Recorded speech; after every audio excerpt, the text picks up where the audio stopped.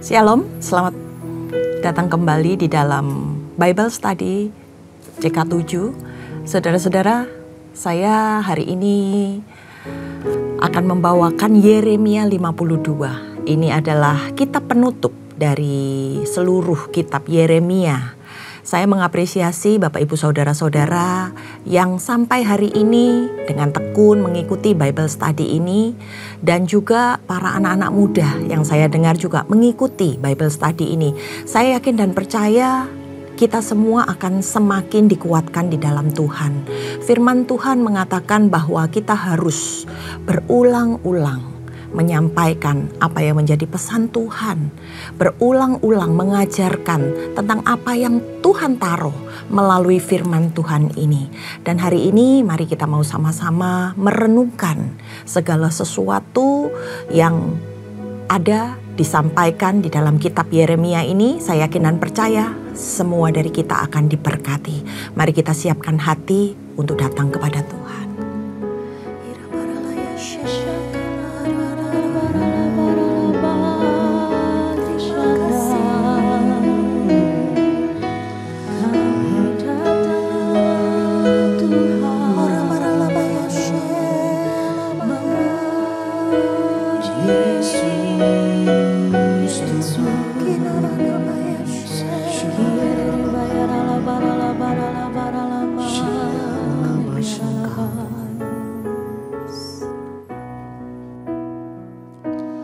Kami umat-Mu rendahkan diri, sujud dan berdoa,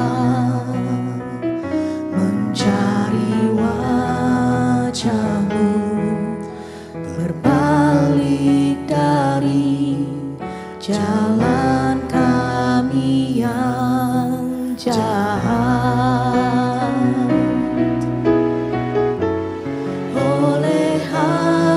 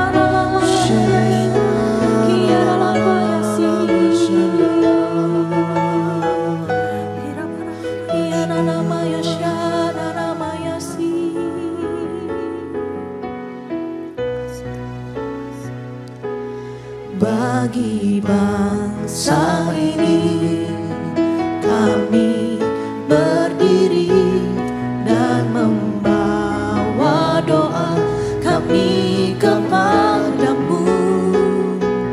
Sesuatu yang besar pasti terjadi dan mengubahkan negeri kami. Hanya namamu Tuhan ditinggikan atas seluruh bumi.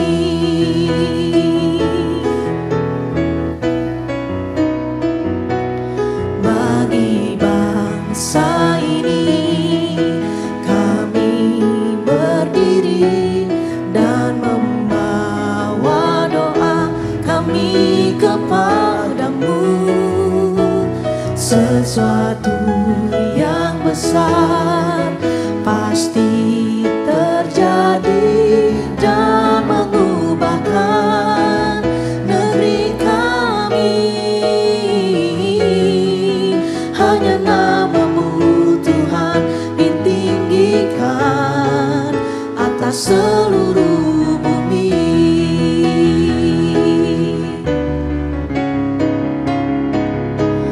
Bagi bangsa ini kami berdiri dan membawa doa kami kepadamu.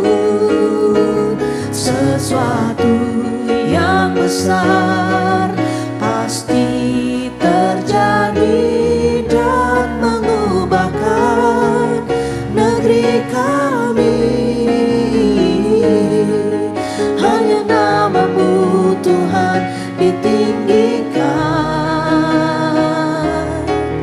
Hanya namamu Tuhan ditinggikan. Hanya namamu Tuhan ditinggikan atas seluruh bumi.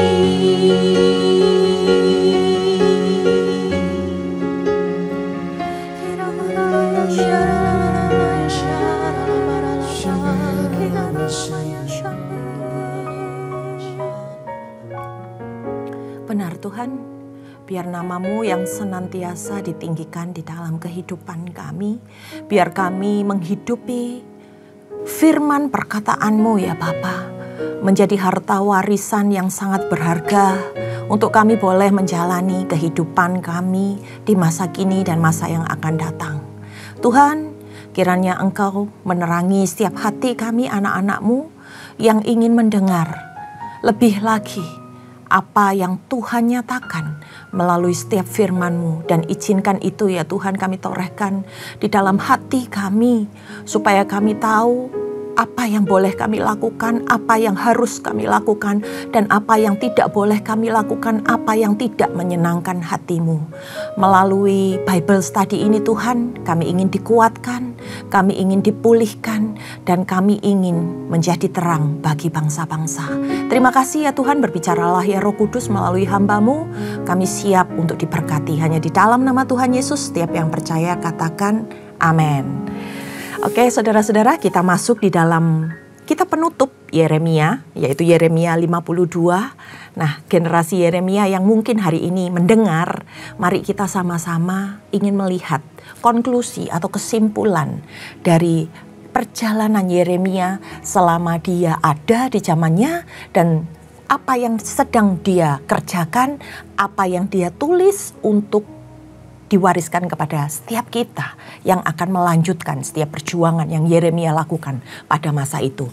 Nah saudara-saudara, pada pasal terakhir ini dari kitab Yeremia, kita akan berbicara tentang segala nubuat yang disampaikan Yeremia pada masa itu tentang hukuman, tentang segala sesuatu yang akan Allah lakukan, itu dipenuhi saudara-saudara.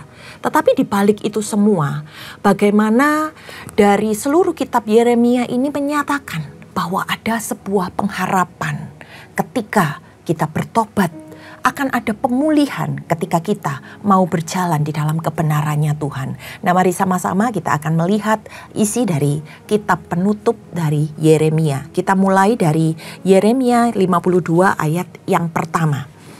Sedekia berumur 21 tahun pada masa itu. Ia menjadi raja dan 11 tahun lamanya ia memerintah di Yerusalem. Nama ibunya ialah Hamutal binti Yeremia dari Libna. Ini berbeda dengan Yeremia yang menulis kitab ini ya saudara-saudara.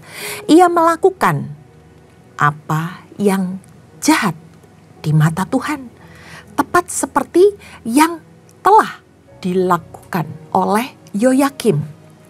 Sebab oleh karena murka Tuhanlah hal itu terjadi terhadap Yerusalem dan Yehuda, yakni bahwa ia sampai membuang mereka dari hadapannya. Sedekia memberontak terhadap Raja Babel. Maka pada tahun ke-9 dari pemerintahannya, dalam bulan yang ke-10, pada tanggal 10 bulan itu, datanglah Nebukadnezar, Raja Babel dengan segala tentaranya menyerang Yerusalem. Berkemahlah mereka, mengepungnya, dan didirikanlah mereka tembok pengepungan sekelilingnya.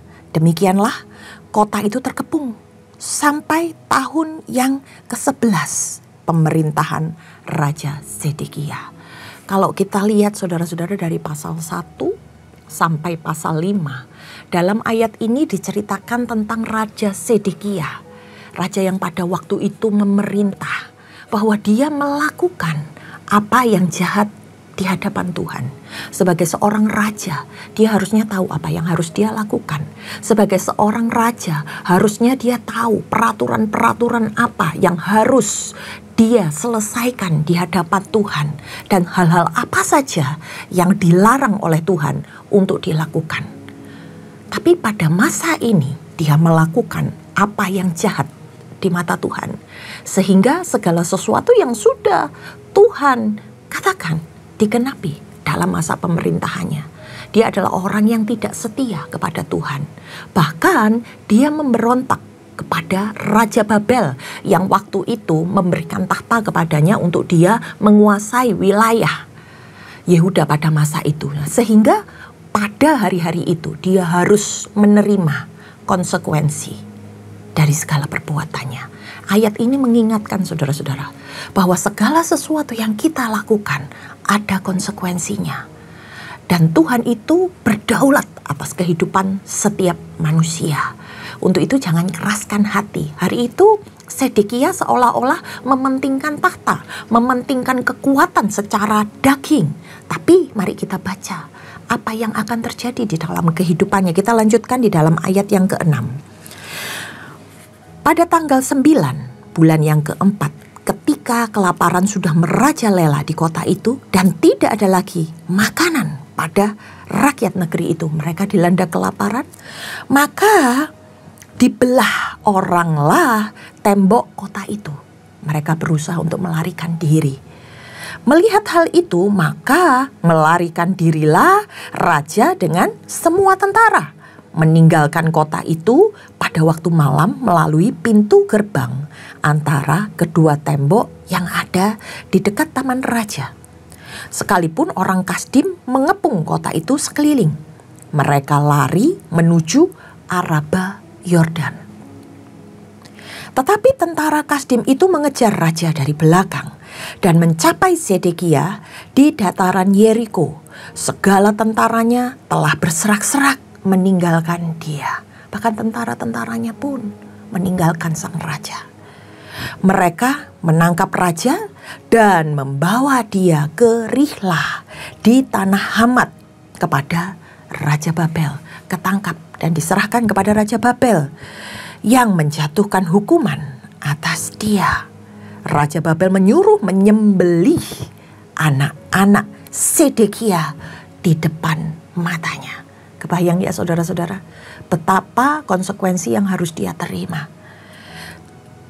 Juga semua pemuka Yehuda disembelihnya di Riblah. Kemudian mata Sedekia dibutakannya. Lalu ia dibelenggu dengan rantai tembaga. Kemudian Raja Babel membawa dia ke Babel dan menaruhnya ke dalam rumah hukuman sampai hari matinya. Tragis sekali saudara-saudara, kita lihat betapa keadaan Sedekia pada masa itu sangat mengenaskan. Bagaimana seorang raja bisa ditangkap dan dia harus melihat dengan matanya sendiri bagaimana anak-anaknya dibunuh dengan keji, saudara-saudara. Dan dia juga harus menyaksikan para pemuka agamanya juga disembelih di hadapannya. Bagaimana ketika itu dia sebagai seorang pemimpin harus menyaksikan bukan cuma dia sendiri, tetapi anak keturunannya juga ikut dibinasakan. Supaya apa? Mereka tidak bisa merintah pada masa yang akan datang. Dan karena kejadian itu saudara-saudara, dia merasa bahwa hidupnya selesai. Dia tidak bisa keluar dari penjara tersebut. Dia tidak bisa melepaskan diri dari hukuman. Nah, ini adalah hal-hal yang mengingatkan kita bahwa segala sesuatu yang kita lakukan yang bukan berasal dari Tuhan akan menuai hasilnya. Peringatan-peringatan Tuhan tidak pernah dihiraukannya. Nubuatan-nubuatan dari para nabi tidak pernah didengarnya. Bahkan dia berkelakuan dengan sekehendak hatinya. Dia mengikuti keinginan hatinya. Dan di sini kita melihat bagaimana tragis kehidupan bukan hanya Raja Sedekia, melainkan juga anak keturunannya. Kita lanjutkan di pasal yang ke-12. Dalam bulan yang kelima, pada tanggal 10 bulan itu, itulah tahun ke-19 pemerintahan Nebukadnezar Raja Babel. Datanglah Nebuzaradan, kepala pasukan pengawal yang melayani Raja Babel ke Yerusalem. Ia membakar rumah Tuhan, rumah raja, dan segala rumah di Yerusalem. Belum selesai sampai di situ saudara-saudara. Tapi mereka juga datang kembali ke Yerusalem untuk benar-benar menghancurkan dan menghabiskan segala sesuatu yang ada di sana. Segala rumah orang-orang besar dibakarnya dengan api. Segala tembok di sekeliling kota Yerusalem dirobohkan oleh tentara Kasdim yang ada bersama-sama dengan kepala pasukan pengawal itu. Sedangkan dari orang-orang yang paling lemah dan sisa-sisa rakyat yang masih tinggal di kota itu dan pembelot-pembelot yang menyeberang ke pihak Raja Babel dan sisa-sisa para pekerja, tangan diangkat dalam pembuangan oleh Nebuzaradan, kepala pasukan pengawal itu. Hanya beberapa orang miskin dari negeri itu ditinggalkan oleh Nebuzaradan, kepala pasukan pengawal itu, untuk menjadi tukang-tukang kebun anggur dan peladang-peladang. Bagaimana mereka tidak hanya menghancurkan apa yang mereka tangkap, yaitu Raja Sedekia beserta para pemuka agama dan keluarganya, tapi mereka kembali untuk menghancurkan seluruh sisa-sisa yang ada di Yerusalem. Bahkan temboknya pun dihancurkan. Di ayat yang ke-17, juga tiang-tiang tembaga yang ada di rumah Tuhan dan kereta penopang dan laut tembaga yang ada di rumah Tuhan dipecahkan oleh orang Kasdim dan seluruh tembaganya diangkut mereka ke Babel. Kuali-kuali, penyodok-penyodok, pisau, bokor-bokor penyiraman, dan cawan-cawan segala perkakas tembaga yang dipakai untuk menyelenggarakan kebaktian diambil mereka. Ini segala peralatan yang ada di dalam rumah Tuhan yang tersisa mereka angkut juga.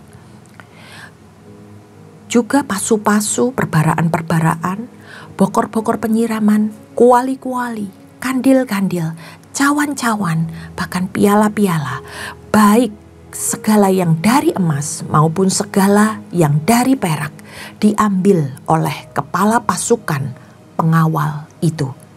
Adapun kedua tiang laut yang satu itu, ke-12 lembu tembaga yang ada di bawah kereta penopang yang dibuat oleh Raja Salomo untuk rumah Tuhan, tiada tertimbang tembaga segala perkakas ini. Adapun tiang-tiang itu, satu tiang 18 hasta tingginya dan dapat dililit oleh tali yang 12 hasta panjangnya, tebalnya 4 jari dan geronggong dari dalam. Saudara-saudara, ini kita lihat bagaimana bahkan perabot yang besar sekalipun turut mereka ambil. Di ayat yang ke-22, di atasnya ada ganja dari tembaga. Tinggi ganja yang satu itu 5 hasta. Dan jala-jala dan buah-buah delima ada di atas ganja itu sekeliling. Semuanya dari tembaga. Dan tiang yang kedua seperti itu juga. Mengenai buah delima, ada 96 buah delima yang merupakan gambar timbul. Seluruhnya buah delima itu ada 100 pada jala-jala itu berkeliling. Semuanya saudara-saudara, barang-barang berharga yang masih tersisa dalam rumah Tuhan diangkut ke Babel. Karena pada penyerangan sebelumnya masih banyak yang tertinggal di sana. Dan itu semua diangkut habis oleh mereka dan dibawa ke Babel.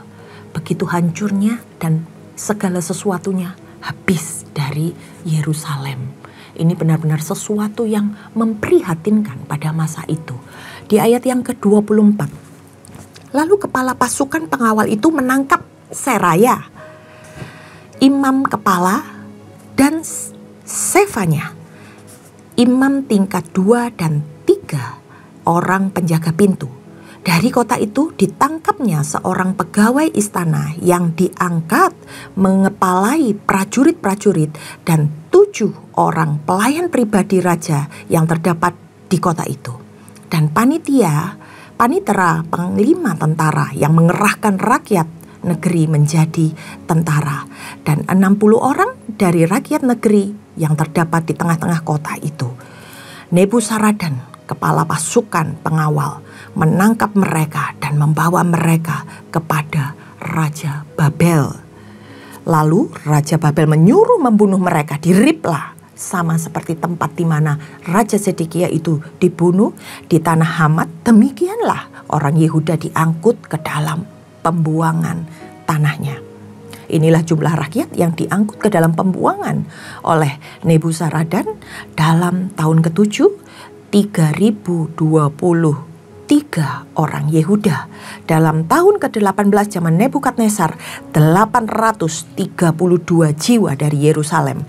Dalam tahun ke-23 zaman Nebukadnezar diangkut dalam pembuangan oleh Nebuzaradan, kepala pasukan pengawal 745 jiwa orang Yehuda, dan seluruhnya berjumlah 4.600 jiwa. Ini saudara-saudara, kalau kita lihat bagaimana seluruh dari apa yang tersisa semua dihabiskan. Kalau kita baca itu Seraya, disebutkan Seraya. Seraya ini adalah imam besar, cucu dari imam besar Hilkiah pada masa pemerintahan Raja Yosia yang diangkut dan ikut dibunuh. Kemudian dikatakan Raja Yoyakin. Raja Yoyakin ini adalah raja yang dibuang, yang ikut di dalam pembuangan ke Babel setelah pemberontakan pertama. Dia dibebaskan setelah ditahan selama 37 tahun. Yang membebaskan Raja Yoyakin ini adalah anak Nebukadnezar. Nah, ini merupakan sebuah tanda, saudara-saudara. Tanda akan adanya sebuah pemulihan.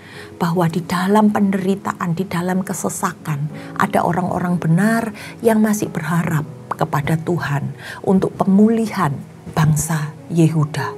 Kalau kita lihat, saudara-saudara, betapa menyeramkan hal-hal yang terjadi pada masa itu. Kita baca selanjutnya ketika Yoyakin dikasihani. Kemudian dalam tahun ke-37 sesudah Yoyakin Raja Yehuda dibuang, dalam bulan ke-12 pada tanggal 25 bulan itu, maka Ewil Merodah Raja Babel dalam tahun ia menjadi raja menunjukkan belas kasihan kepada Raja Yoyakin Raja Yehuda dengan melepaskannya dari penjara. Ewil Merodah berbicara baik-baik dengan dia, memberikan kedudukan kepadanya lebih tinggi daripada kedudukan raja-raja bersama-sama dengan dia di Babel.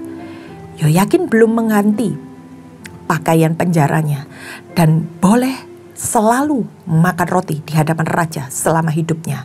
Dan tentang belanjanya, Raja Babel selalu memberikan kepadanya sekedar yang perlu tiap-tiap hari selama hidupnya sampai hari matinya.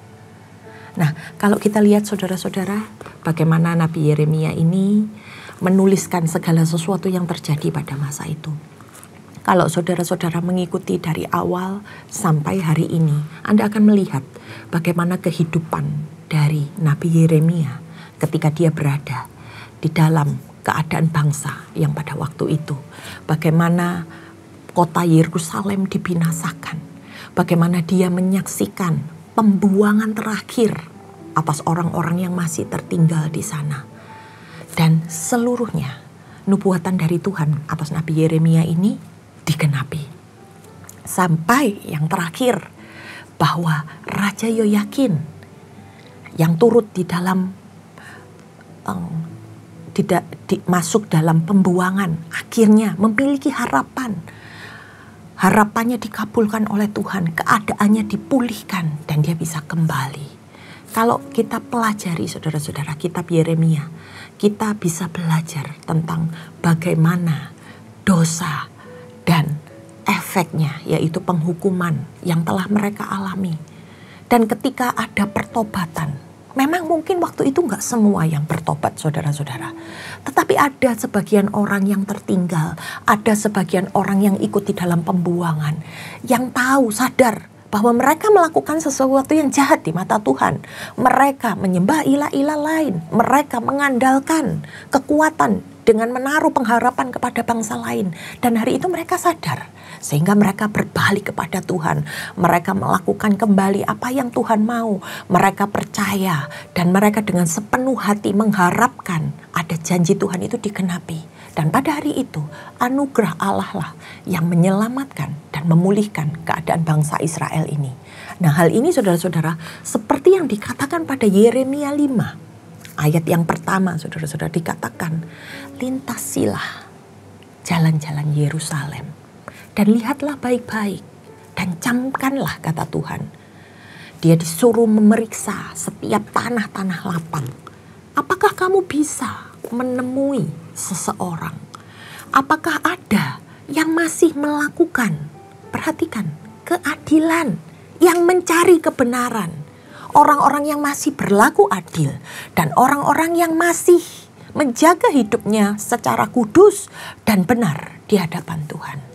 Maka kata Tuhan, aku akan mengampuni kota itu.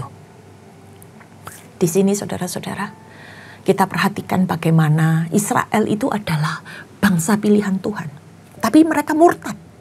Mereka melakukan apa yang keji di hadapan Tuhan. Mereka menyembah ilah-ilah lain. Mereka berharap kepada sesuatu yang lain. Yang hari itu mereka merasa bahwa, oh, bangsa Babel kuat. Oh, bangsa Mesir luar biasa. Dan mereka mengharapkan bantuan dan pertolongan dari bangsa-bangsa lain. Mereka hidup di dalam kebobrokan moral. Politik pada negeri itu kacau balau. Dan segala penindasan, kejahatan ada di mana-mana. Nabi-nabi palsu turut bermunculan dan berkumandang dimanapun. Sehingga itu membuat hati mereka terkhamiri. Coba perhatikan saudara-saudara. Bukankah hari-hari ini kita juga berada dalam keadaan yang sama? Posisikan diri Anda. Hai generasi Yeremia. Kamu tahu di mana kamu berada hari ini. Kita sebagai umat pilihan Allah, kita sebagai umat yang telah diselamatkan, yang telah ditebus, jaga hidupmu di hadapan Tuhan. orang-orang Kristen yang murtad, yang hari-hari ini mulai meninggalkan Tuhan. Orang-orang yang belum mau percaya kepada Tuhan. Orang-orang yang hari-hari ini melakukan segala yang jahat di hadapan Tuhan. Itu ada saudara-saudara di sekeliling kita. Dan kita ada di tengah-tengah masa itu. Yeremia ini adalah seorang nabi yang ada di masa-masa sulit. Dia ikut menyaksikan bagaimana bait Allah dihancurkan. Bagaimana bangsanya terserak dan terbuang ke Babel. Sekalipun Yeremia ini termasuk orang yang tersisa pada masa itu, dia pun turut mengalami penderitaan. Tapi dia tetap, saudara-saudara, melakukan apa yang harus dia lakukan. Dia pernah disiksa oleh orang-orang yang tidak menyukai nubuatannya. Dia dibenci oleh nabi-nabi palsu. Bahkan dia dimasukkan ke dalam penjara. Dia menanggung itu semua. Tapi dia tetap setia pada panggilannya. Dia menguatkan imannya untuk bisa menguatkan orang-orang lain. Dia menjaga hidupnya dengan benar sampai waktu pemulihan Tuhan itu tiba. Kenapa kita disebut generasi Yeremia? Karena kita hidup pada masa ini. Karena Tuhan minta kita menguatkan iman kita supaya kita bisa menguatkan orang-orang lain yang ada di sekitar kita. Tuhan minta supaya kita menjaga hidup kita dengan benar karena kita sudah ditebus, karena kita sudah diselamatkan dan kita hidup di dalam kerajaan Tuhan yang tidak tergoncangkan. Jangan hidup untuk diri kita sendiri. Mari, seperti yang Yeremia lakukan, dia berdiri bagi bangsa itu, dia berdoa bagi bangsa itu, dia mengingatkan segala sesuatu yang salah. Itulah tugas bagi generasi Yeremia hari-hari ini. Selamat berjuang dan kiranya Tuhan Yesus senantiasa menyertai perjuangan kita. Mari kita tundukkan kepala. Bapa, kami mengucap syukur Tuhan, kalau hari-hari ini kami boleh diingatkan Tuhan, bagaimana Yeremia menyelesaikan tugasnya.